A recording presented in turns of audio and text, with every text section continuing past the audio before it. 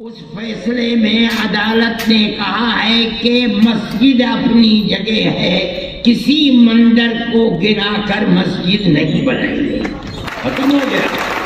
بابر نے اپنی جگہ مسجد بنائی ہے، مندر توڑ کر مسجد نہیں بنی. ہم مسلمان ہیں، ہم جانتے ہیں کہ اگر کسی دوسری جگہ کے اوپر مندر توڑ کر مسجد بنائی جاتی وہ مسجد نہیں ہے. مسجد وہ ہے جو آج آپ کے ہاتھ میں طاقت ہے. آپ یہ سمجھتے ہیں کہ جس مسجد کو چاہیں آپ لے لیں، جس طرح چاہے لے لیں. آپ نے جس مسجد کو لیا ہے وہاں بھی ٹھوکر کھائیں گے.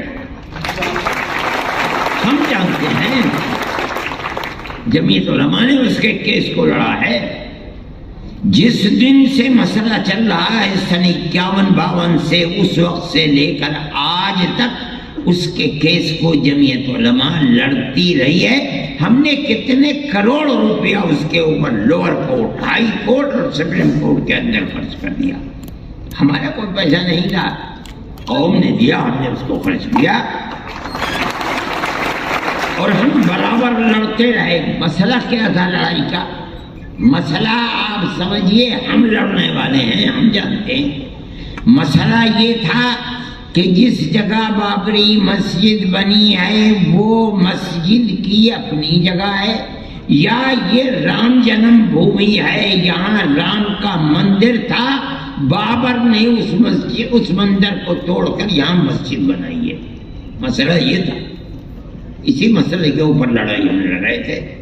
آپ کو یاد ہوگا کہ آثار قدیمہ نے اس کی کھدائی کروائی تاکہ مندر کے باقیات نیچے سے نکلتے ہیں، نہیں نکلتے. باقیات نہیں نکلے، کوئی پتھر نہیں نکلا، کوئی ستون نہیں نکلا. اور آثار قدیمہ نے اس کے اندر کامیابی حاصل نہیں کی. اب آپ دیکھیے، ملک کی سب سے بڑی سپریم کورٹ عدالت ہے. وہ عدالت اپنے فیصلے میں کیا کہتی ہے؟ اس فیصلے میں عدالت نے کہا ہے کہ مسجد اپنی جگہ ہے، کسی مندر کو گرا کر مسجد نہیں بنائی گئی. ختم ہو گیا.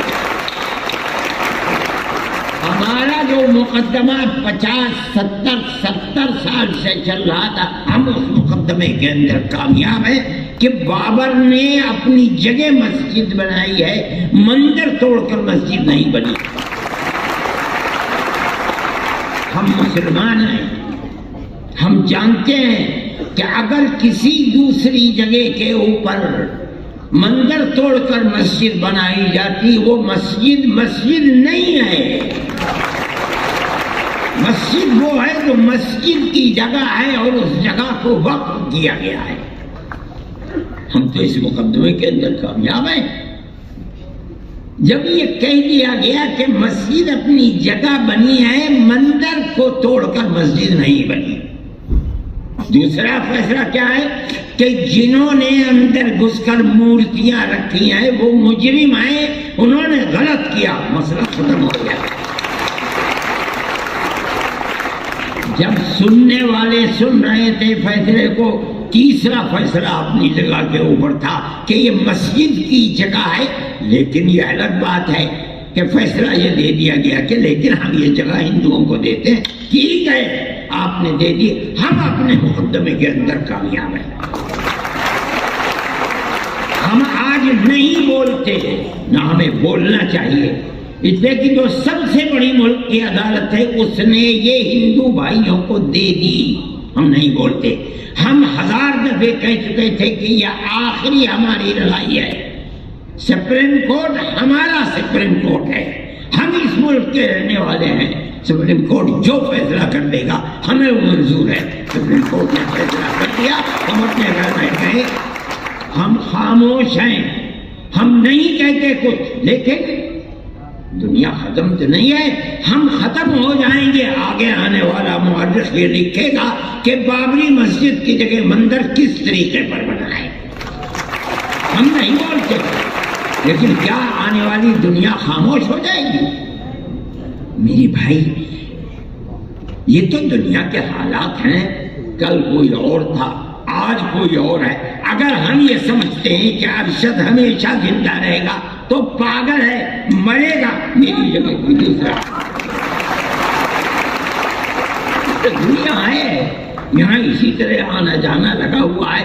ایسی ذات جو ہمیشہ سے ہے، ہمیشہ رہے گی۔ میں کہتا ہوں وہ اوم ہے، یعنی اللہ۔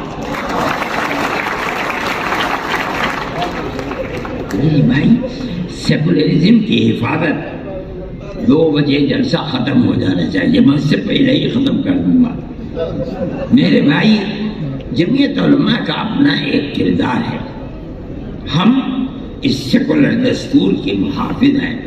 ہم سمجھتے ہیں کہ صرف زبانی نہیں کہ دنیا میں جا کر کے سیکولرزم کا ڈھڈورا پیٹا جائے اور ملک کے اندر مسلمانوں کی 600 سال پرانی مسجدوں کو گرا کر کے وہاں مندر بنایا جائے۔ یہ سیکولرزم نہیں ہے، یہ ڈھول کا بول ہے۔ آپ کی پارلیمنٹ فیصلہ کر چکی ہے آج سے تقریباً 30-32 سال پہلے کہ جو مسجد جہاں جو مذہبی عبادت گاہ بنی ہوئی ہے سن 47 میں، اس عبادت گاہ کو اسی حال میں رہنے دیا جائے گا۔ آج آپ یہ کہتے ہیں کہ نہیں، بنارس کی مسجد کو توڑ دو، وہ ہماری ہے، متھرا کی مسجد کو توڑ دو۔ آپ کے کردار کا اور پارلیمنٹ کا کیا اعتبار ہے یہ بتائیے؟ کیا چیز ہے پارلیمنٹ کے اندر؟ پارلیمنٹ اس قانون کو بناتی ہے، آپ اس قانون کو ٹھوکر مار دیتے ہیں۔ آپ جو قانون آج بنا رہے ہیں کل کو دوسروں سے ٹھوکر مار دے گا۔ یہ تو آپ نے ایک ریت اور رواج کر دیا، ہمیں کوئی غرض نہیں ہے اور حکومت خاموش بیٹھی ہوئی ہے۔ میرے بھائی جمعیت علماء حکومت کا لحاظ کرتی ہے، جن کو حکومت ہے ہمارے ملک کے عوام نے ان کو بیٹھایا ہے، ہمارے ملک کی اکثریت نے دستور کے مطابق ان کو ووٹ دیا ہے، ہم نے ووٹ دے کر کے انہیں بیٹھایا ہے۔ ہم یہ سمجھتے ہیں کہ ان کو ملک کے دستور کے اندر اس طریقے کی تشریح جس سے ملک کے ایک بہت بڑے طبقہ 20-25 کروڑ لوگوں کے حقوق کو آپ ٹھوکر مار رہے ہیں، ملک اس طرح امن و امان کے ساتھ نہیں چل پائے گا۔ اور اس کے نتیجے کے اندر ملک کی جو صورتحال ہے، آپ اپنی زبان سے کہتے رہیں کہ ملک ترقی کر رہا ہے اور ساری دنیا کے اندر ترقی کا ڈھڈورا پٹ رہا ہے، مگر ملک کے عوام کی جو صورتحال ہے اور فقر اور بے کسی کی جس طریقے پر پورے ہندوستان کے اندر کیفیت ہے، آپ اس کو دیکھ لیجئے۔ میں اپنی زبان سے کچھ نہیں کہتا ہوں، میں ایک مذہبی آدمی ہوں، میرا اپنا ایمان اور یقین ہے کہ اللہ جو چاہتا ہے وہ کرتا ہے، یعنی ایشور جو چاہتا ہے وہ کرتا ہے، یعنی اوم جو چاہتا ہے وہ کرتا ہے۔ آج آپ کر رہے ہیں، ٹھیک ہے کر دیجئے، کل کو حالات بدلیں گے دنیا کے اندر، میں زندہ ہوں، میں بھی مر جاؤں گا اور دنیا کا ہر آدمی مر جائے گا، دوسرا آئے گا اپنی خاص ذہن کے ساتھ آئے گا۔ حالات کیا ہوتے ہیں ان کو آج نہ میں جانتا ہوں نہ کوئی جانتا ہے، اللہ جانتا ہے اور ان کے سوا کوئی نہیں جانتا۔ میرے بھائی ہم یہ سمجھتے ہیں کہ امن و امان کو پکڑنا چاہیے۔ میں مسلمانوں سے یہ کہتا ہوں کہ آج کی حکومتیں جو کچھ کر رہی ہیں اس سے فرقہ پرستی اور آپس میں نفرت اس طریقے پر ابھر رہی ہے کہ نہیں کہا جا سکتا کہ کل کو کیا ہوگا۔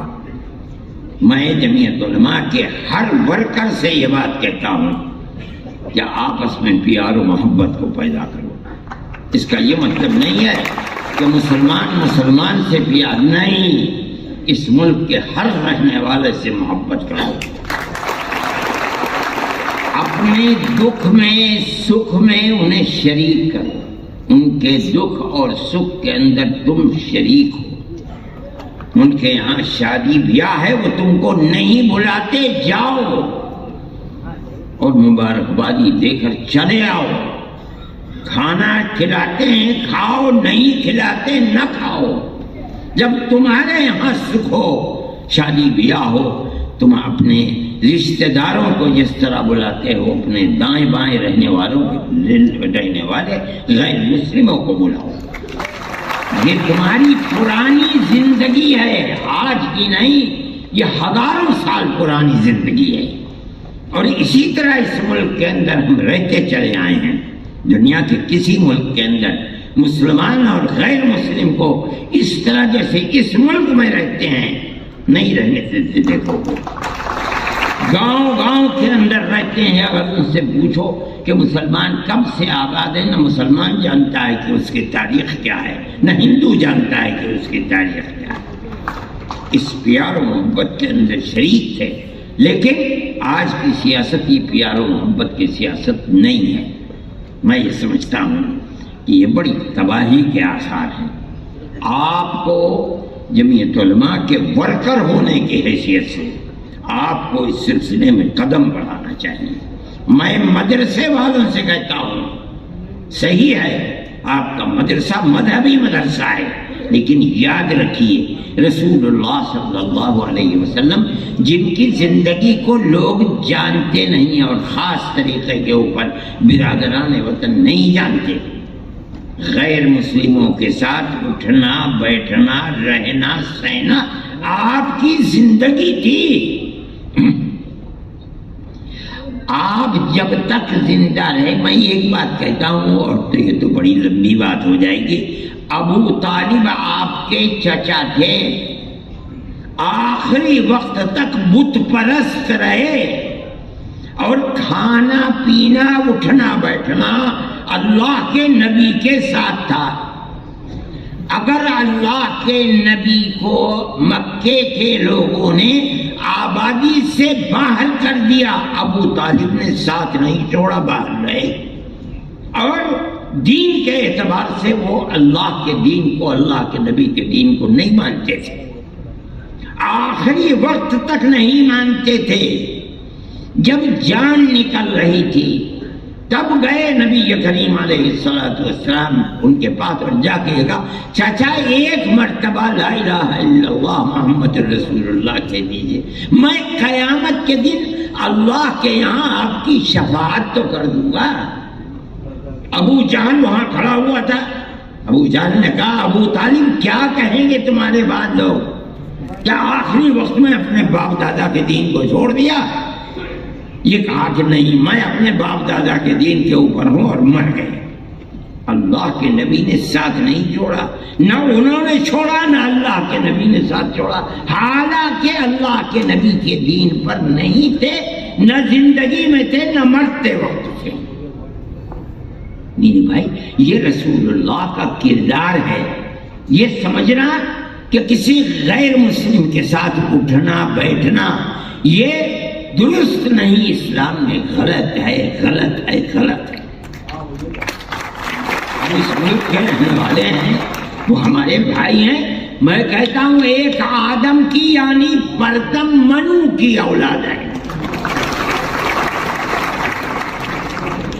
ہم دونوں بھائی بھائی ہیں۔ جو لوگ اس کو تفریق میں اور دشمنی اور نفرت میں لے جانا چاہتے ہیں، وہ ایک باپ کی اولاد نہیں مانتے، اور غلط ہے، غلط ہے، غلط ہے۔ ہم سب ایک ہی باپ کی اولاد ہیں، ہم سب ایک دوسرے کے بھائی ہیں۔ جمعیت علماء یہ کہتی ہے، اور جمعیت علماء میرے تعلقات RSS کے بڑے چوٹی کے لوگوں سے ہیں، جو میرے پاس آتے ہیں، میں ان کے پاس جاتا ہوں، ہندوؤں سے بھی ہیں، مسلمانوں سے بھی ہیں، میں جو ان کی تواضع کر سکتا ہوں میں وہ تواضع، میں کوئی بہت بڑا دولت مند آدمی نہیں ہوں، لیکن جو بھی کر سکتا ہوں میں پیار و محبت کی باتیں ان کے ساتھ کرتا ہوں۔ کوئی ضرورت نہیں ہے میں کیوں تفریق کروں، وہ صحیح ہے، وہ RSS کے لوگ ہیں، دوسری پارٹیوں کے لوگ ہیں، وہ کریں، ہمارا فرض یہ ہے کہ ہم ان کے ساتھ پیار و محبت، اور میں جانتا ہوں کہ وہ شریف لوگ ہیں، اپنی شرافت کے کردار کو پیش کرتے ہیں۔ میرے بھائی میں اس لیے کہتا ہوں کہ آپ کو اس سلسلے کے اندر جو مدرسے والے ہیں وہ اپنے مدرسوں کے جلسوں کے اندر بلائیں، بچوں سے تقریریں کروائیں، ماں باپ کے ساتھ کس طرح تعلقات رکھنے چاہیے، قرآن کیا کہتا ہے، اللہ کا نبی کیا کہتا ہے، ان کو سنائیں، پڑوسیوں کے ساتھ کیسے تعلقات ہونے چاہیے، آدمی کے ساتھ قطع نظر اس کے کہ اس کا مذہب کیا ہے کیسے تعلقات ہونے چاہیے، تاکہ آپ کے خلاف جو پروپیگنڈا ہے کہ اسلام دہشت گردی کا مذہب ہے یہ جائے تو لوگ سنیں تو کہ آپ تعلیم کیا دیتے ہیں، قرآن بتاتا کیا ہے۔ یہ ہمارا قصور ہے کہ ہم اسلام کی صحیح تصویر ان کے سامنے پیش نہیں کر پا رہے ہیں، ہمیں کرنی چاہیے۔